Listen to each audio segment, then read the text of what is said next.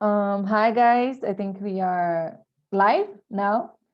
Hi everyone, welcome to our Saturday webinar with the team of Rodrik's Trilemma, a reality. I am Gabriela Lencar. I am the communication officer at FAO. I am here with Celia Gueto Melo, right? This event is a partnership between Fatima Al-Fihri Open University and the Social Science Lab. So I am here with Celia today, and we will talk about a little bit of the Rodrik's Trilemma. Celia is a young Spanish Colombian, is researcher. She studied a bachelor in economics, right, at the University of the East London. And now she will talk a little bit more about her experience, what is she studying right now, and what are the next steps for her. Hi, Celia. Welcome to our webinar. How are you? Hello, Gabriela. Thank you very much. I'm very happy to be here, especially to be giving a lecture for Fatima Al-Fihri University, as I was working with them like around a year back.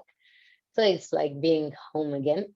And thanks to you also, because I know we are in super different time zones. You are in Brazil, I'm in India. So thanks for making it suitable for me. It No, was no not the problem. easiest to coordinate, maybe. So yes, I'm currently in India doing a PhD. I just arrived a week ago. As you've probably heard in the news, the pandemic, the second wave of the pandemic is hitting the country quite badly. Luckily, in my region, it's not one of the most affected, so I'm okay. I can still go to the office, and uh, life is not. We don't have so much measures as in other cities. So I'm also happy International Workers' Day. I just realized it was the 1st of May, so I know some countries do celebrate it. As Gabriela just said, I'm here today to present you a lecture on Rodrik's Trilemma. Um, as the title states, it's an economic, is a lecture on economic concepts. It will be easily understood for those who have a background in economics or those that are familiar with the main economic concepts. And if not, I will share my contact. I will happily discuss any of the questions you guys have, or even we can discuss more aspects of this topic. So before we start deeply into this topic, we shall puzzle out what the title means. So Rodrik's Trilemma. Who is Rodrik? Is it a person, this so-called Rodrik? A trilemma. You probably know the concept of a trilemma, but here it takes a little twist. First of all, so indeed, Rodrik is a person. He's an economist of a Turkish-born economist that is currently professor of international political economy at Harvard School of Government. Uh, I personally really like his work. His research mainly revolves around globalization, economic growth, development, and political economy. And he always tries to create more inclusive economies. Like it doesn't matter if he's economies from more developed countries or less developed countries. But I recommend you guys to read his books.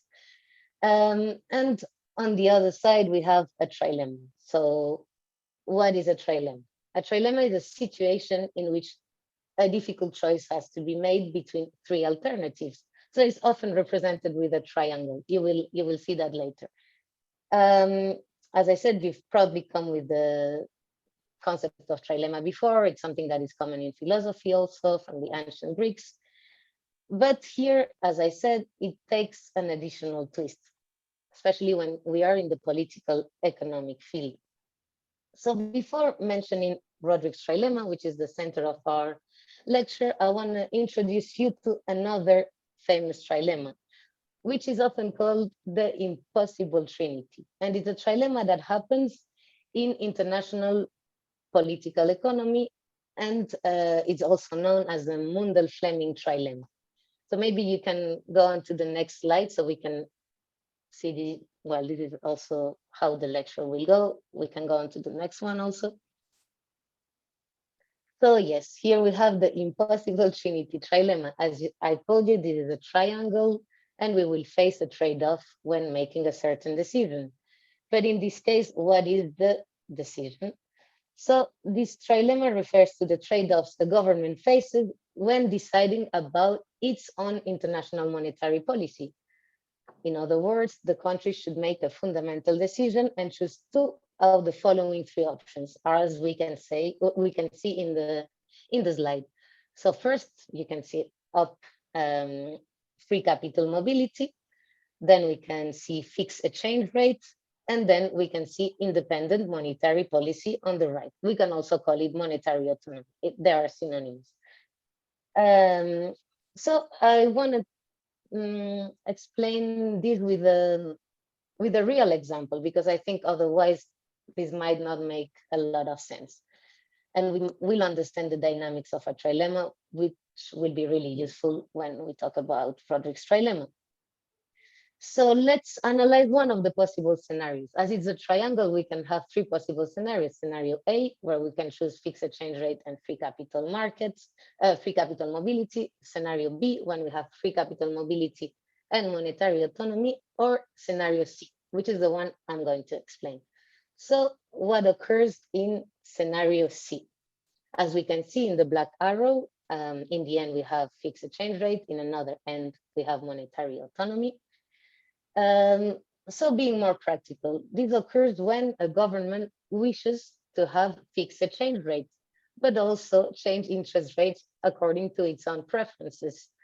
So namely, what is known as monetary autonomy, not being dependent from external factors to set its exchange rates. In this case, this trilemma tells us that this government would need to control the outflow of money. So it would give up on capital mobility.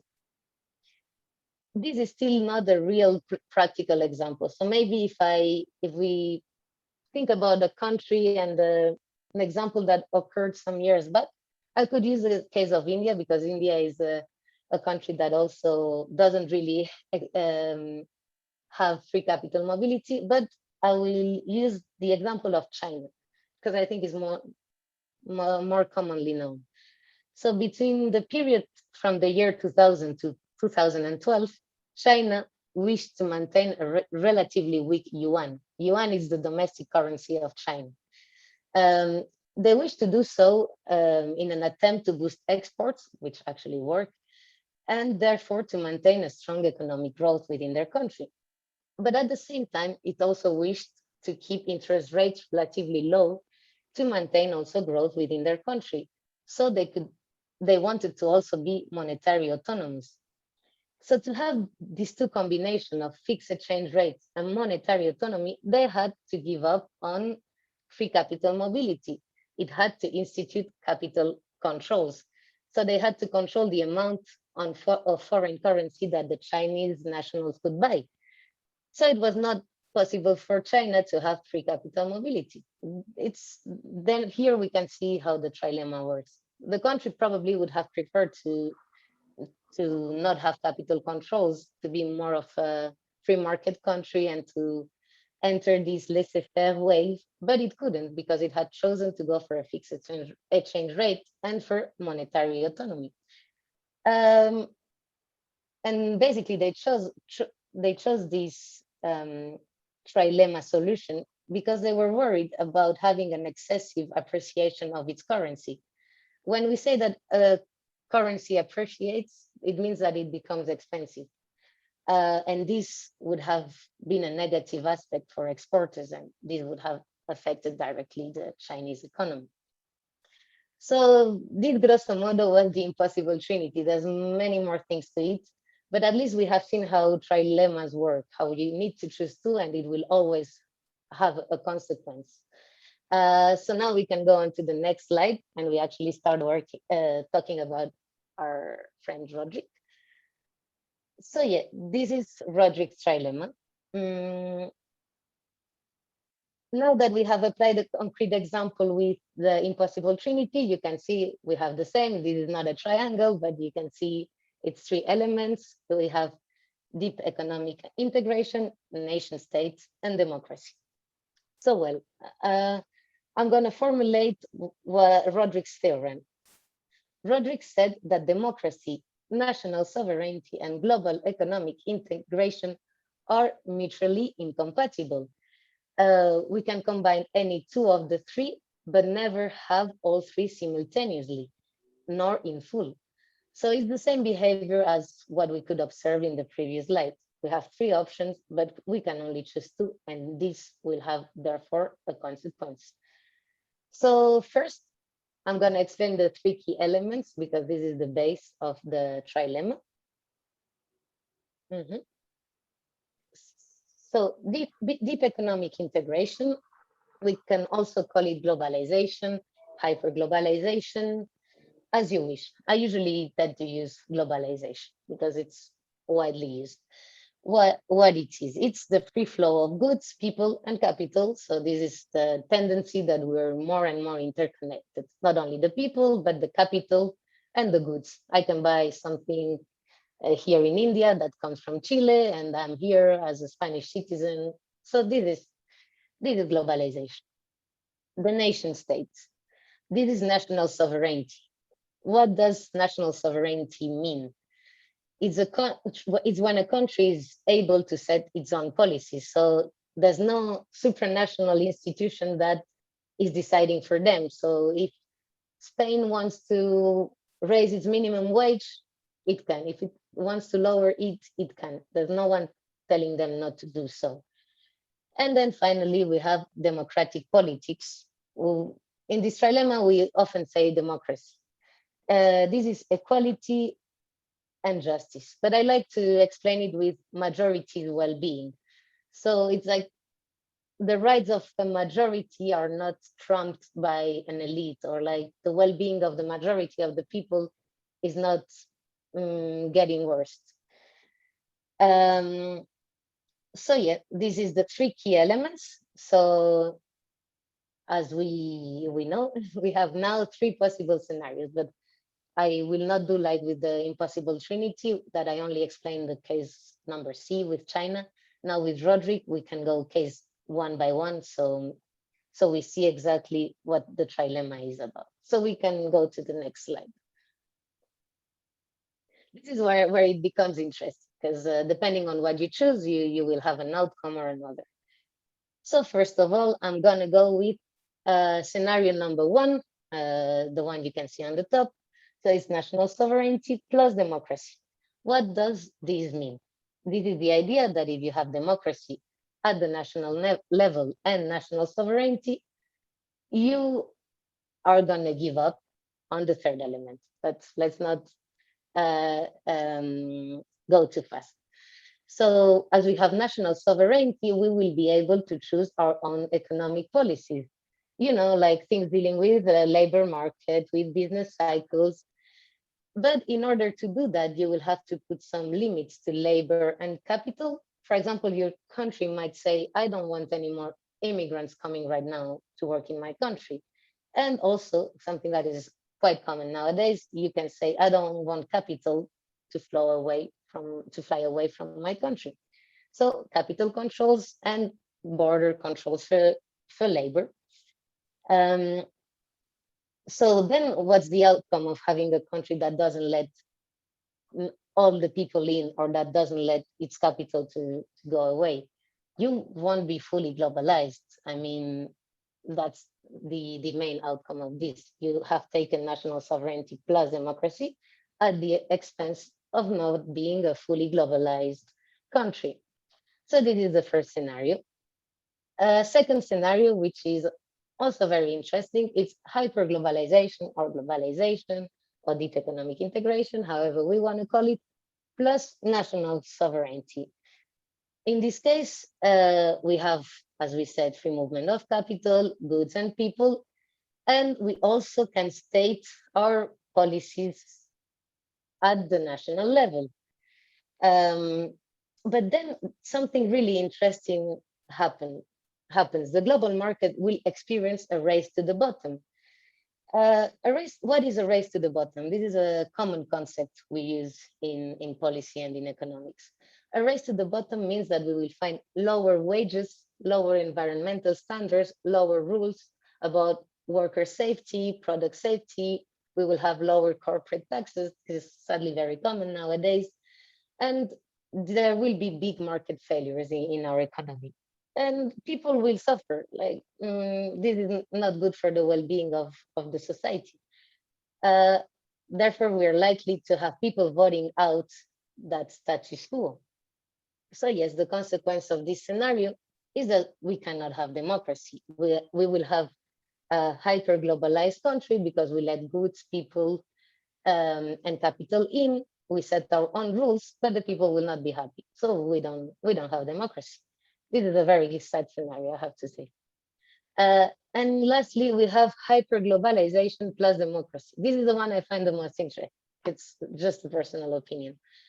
So yeah, we have on one side globalization, free capital, free movement of capital, people, goods, and democracy.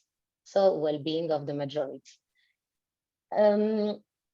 Again, the same phenomena will occur. We would have a race to the bottom. The global market rules will generate this race to the bottom, as we just mentioned in the previous scenario. But we have chosen democracy. So what would happen? The democracy would need to have a global feature, otherwise it will render useless. But what does that mean?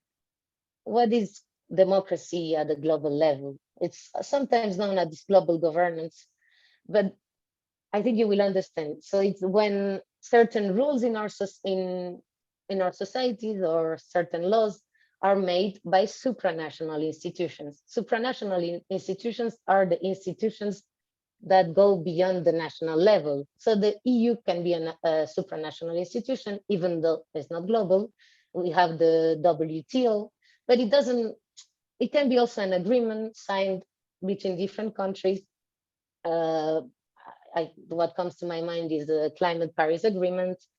So things like that. For example, the EU has put in place rules about product safety, worker safety standards, certain taxes also, as I said, the WTO. But the conclusion indeed is that we have hyper-globalization, so we are open in terms of capital, goods, and people. But at the same time, the well-being of the people is not a race to the bottom. It's not that their life conditions become worse because you have rules for them that are applied globally. So for example, I like to here to talk about corporate taxation. We know that so many companies, they just move their headquarters to places where corporate taxes are lower, and this is a race to the bottom. So if we had a global law that stated that corporate taxations cannot be lower than a certain amount, then companies wouldn't do that, but it's not the case. It's very difficult to regulate at a global level. So this is my favorite scenario, but sadly we are a bit far from it. Okay, so these are the three scenarios. I'm gonna leave a few seconds for you to review the three of them. But again, we haven't really applied this to the real world. I have set some examples for you to understand better some of them. But maybe it's better if we go into something more precise, as we just did before with the Chinese yuan. I'm going to use what can be maybe a controversial example. So it's the one of Brexit, which, as we know, is the withdrawal of the United Kingdom from the European Union that occurred some years back. This topic is controversial still nowadays because, as you know, the negotiations didn't go really well. But this doesn't matter because it's actually a very good example that where we can apply Rodrik's trilemma. I don't know if you guys were familiar to the news during Brexit or to the sentiment of the British nationals, but it's true that many Britons felt that they were giving away national sovereignty to the European institutions because the supranational institutions like the EU, they set some trade, they were managing the trade bloc policies and other issues on behalf of EU member states. So this is super simple. Let's go to the last scenario we explained, hyperglobalization plus democracy, where the global market generates a race to the bottom. So we need international institutions to set certain standards for products, for people, for workers, and so on and so on. So if the EU acts as an international institution, it can pass a law or a regulation, and then the UK then has two choices, because if it's by majority, maybe the UK didn't vote for this law, but if it was voted as the EU as a whole, it will be in place. So what can the UK do? Scenario number one, it can accept the decision, it can accept that it's a member of the EU and that in the end it was voted. Or scenario two, it can decide to get out of the EU, which sadly it's a bit radical, but it's indeed what happened. So this is not going to be a debate about Brexit, but it's a good example where we can see that the UK didn't like its scenario of being hyper globalized and democratic. So I'm not going to continue with this, but it's very interesting if you guys now analyze where the UK will lead. Will it now be scenario number one with national sovereignty and democracy? We could think so, because national sovereignty is in the end what they wanted. They were complaining they didn't have national sovereignty. Now they got it. Are they democratic? Yes, I guess.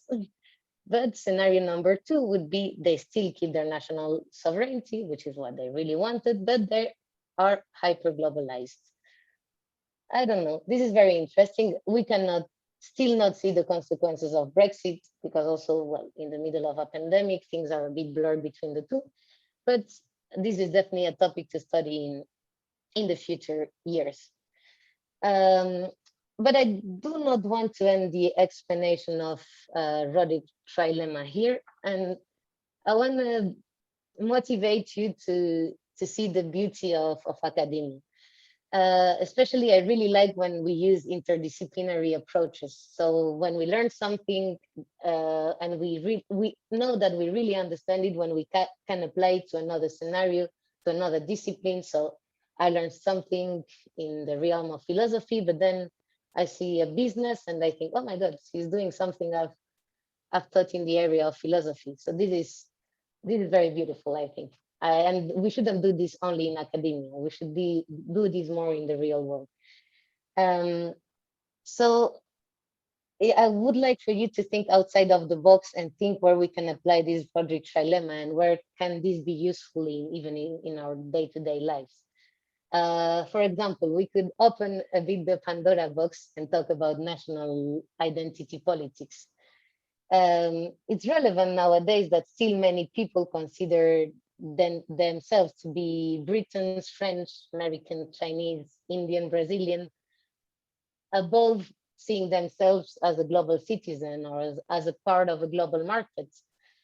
This is a hypothesis. It's not that I've done research on this topic, but depending on how people see themselves, either more they see themselves to be nationals of their country or more a citizen of the global world, this will affect our trilemma. As we see, hyperglobalization is more linked with citizens of the world. So I have a regulation that is good for me as a Spaniard, but it's going to be good also for someone that's in Ghana or for someone that is in Thailand.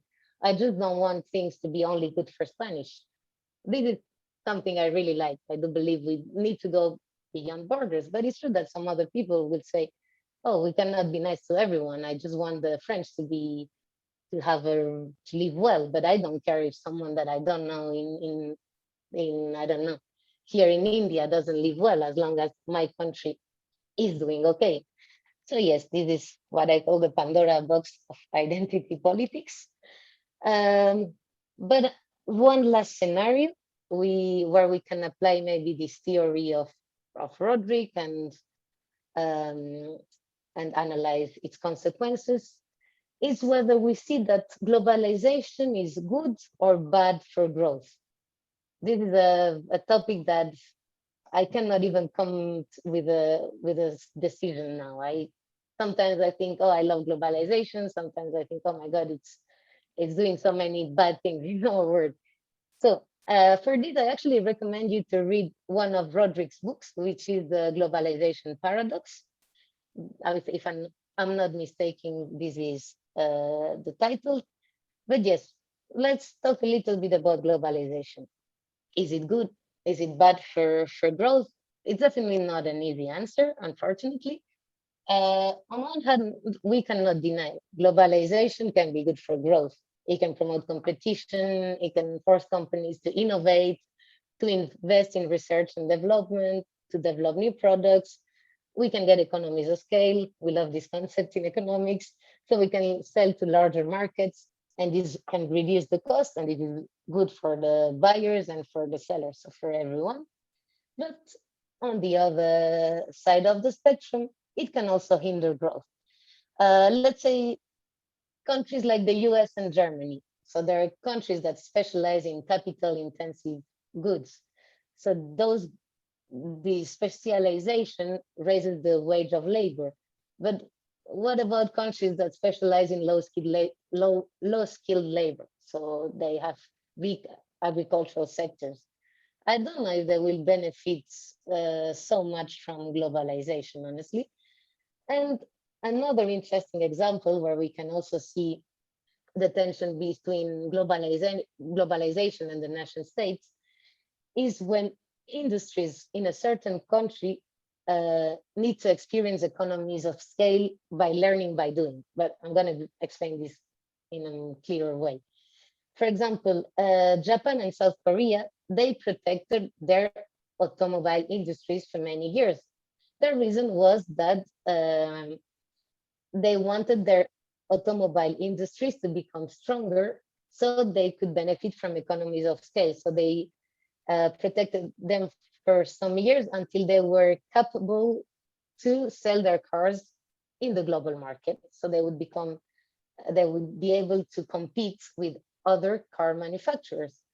So this doesn't sound too bad. I mean, it makes sense that the country protects its industry for a while if in the end what it wants is the industry to be able to sell all over the world. But it's a double-edged sword in the sense that it can make the national companies and also the national governments to accommodate because they feel they do not need to innovate or they don't need to invest in research because they are protected.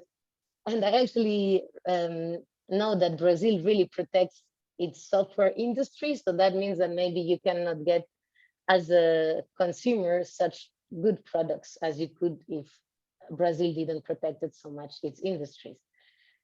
So also I will end up the explanation here because I think even if I've gone pretty fast, not to make this too heavy and long, these are concepts that are much better understood when you actually see it and when you digest them properly, not in 30 minutes.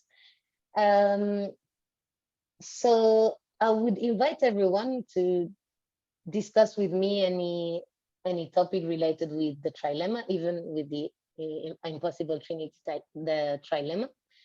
And I hope that you have enjoyed this topic. I know it's not an easy topic, especially if you're not so familiar with political economy. But I would invite you to listen to it, even if you come from another discipline, because in the end, globalization affects us, even if we are not working in politics or in economics. We can see it now with the pandemic. Like, we are also close to each other that it's interesting to understand the dynamics of our world nowadays. So I hope this hasn't been too technical, as I said, and more of a personal opinion. I love researching. I love academia. I think it's a way of formalizing our curiosity, and maybe curiosity is one of the best things as human beings have. So yes, again, thank you very much for giving me the space to explain one of the topics I'm most passionate about. And I will, if we can go to the last slide, I can share my contacts and speak a little bit about myself. So yes, you have here my email. Feel free to email me whenever you want, regardless of the topic. My LinkedIn account is there. I'm also active on this social media network. I want to say that I've worked for the European Commission before, so one of the 3 European institutions. I was a trainee there maybe around 5 years ago, 4 years ago, a while ago. Then I worked as a permanent staff for 2 years in their Department of Communication and Political Representation. So I was in touch with all European capitals. So the EU is represented in every member state. So they have offices in Madrid, in Paris, in Rome, in Zagreb, so in all capitals. So it was very interesting. You can see that the EU is united in some aspects, but it also is very diverse.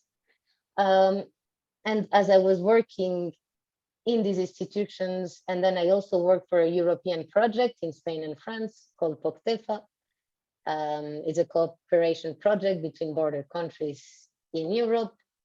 If you have any question regarding the institutions, you want to know which opportunities are available for you, because sometimes we think these opportunities are only for Europeans, but this is definitely not true. There's so many exchange programs, there's certain positions that are open for everyone, but sometimes the problem is that the information doesn't reach or doesn't arrive where it needs to arrive. So that's why I'm willing to give you all my knowledge. It's not probably that much, but I think I can help, especially young people, because nowadays it's not so easy to find opportunities abroad. So if I can help in anything, I'm definitely. And that's it. Thank you again to Gabriela. Thank you to Fatima Al-Fihri University. Again, I'm so happy to be back. I'm also really grateful to see that the university is doing really well. There's more and more activity. There's more and more courses to do. And I invite also everyone to go to their website.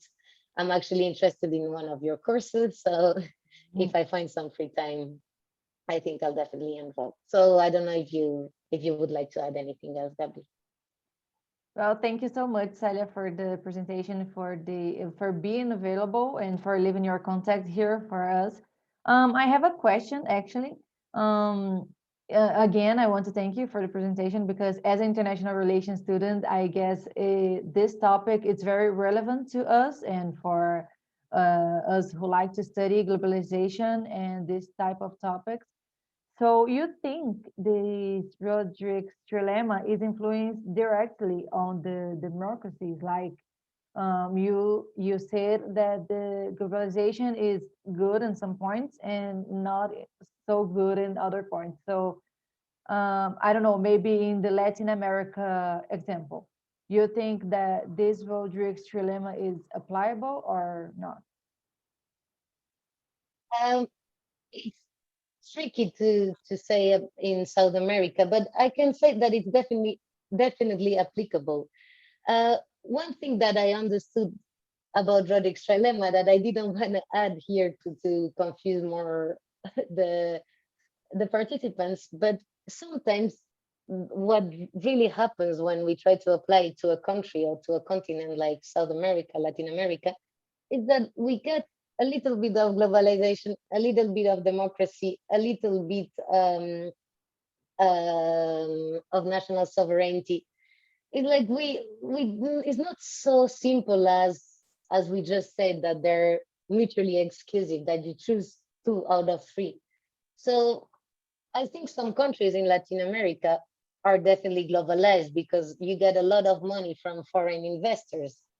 You get a lot of privatization, and sometimes this money, or many times, is in foreign hands. So we can see this a lot also in Africa, with the Chinese investing a lot in their private sector. So yes, this is tricky. Do we have national sovereignty? Do you think that Brazil, for example, can set its own policies.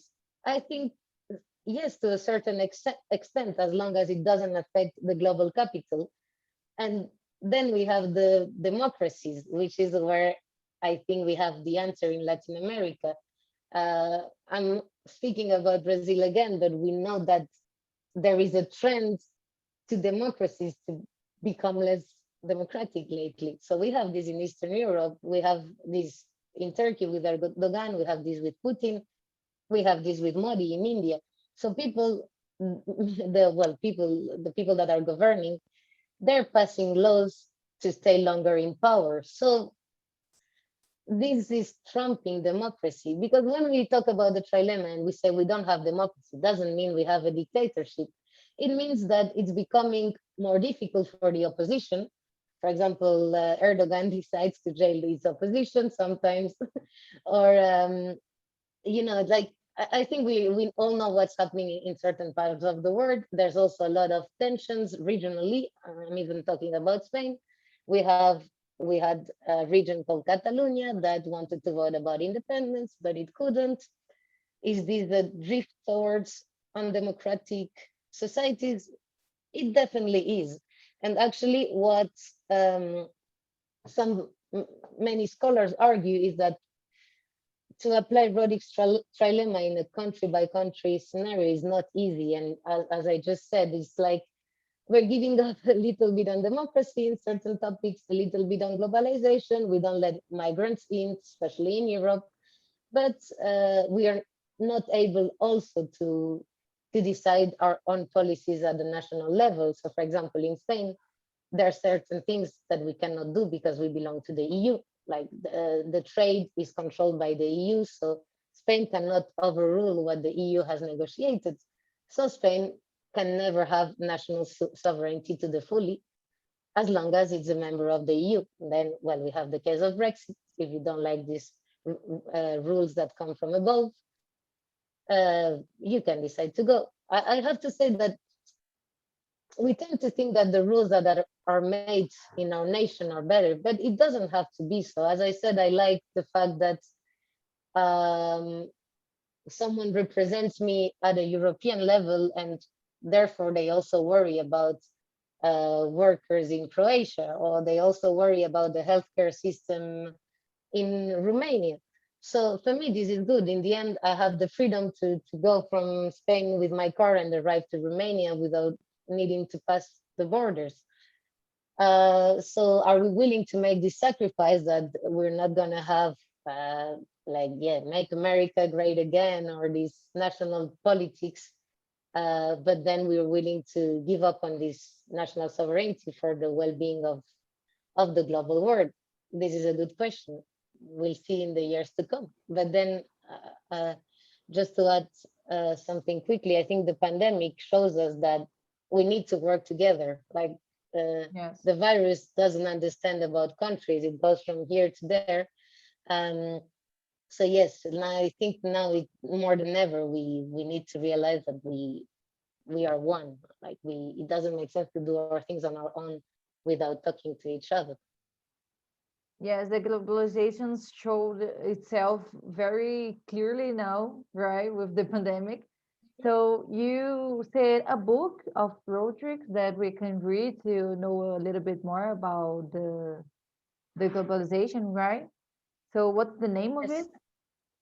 I think it's called the globalization paradox. But Okay. in any case, if you Google Danny Rodrik, which is his full name, you will see, like you will find it. Okay. And he talks about the trilemma in this book. So yeah, very interesting. Okay. Oh, so thank you so much, Celia. I really enjoyed this topic. I knew very little about this, so it's very good for me and for who are watching us to know a little bit more about the Rodrik trilemma. So thank you so much, and thank you so much Well, for you available to be here and for letting your contact with us. So thank you, and I hope to see you soon. Thank you so much. thank you so much. Okay, so I think we can stop now. Oh, it's super hot here. I'm gonna turn on the fan for a little bit. Oh, yeah. Oh, Oh my God, how do I stop?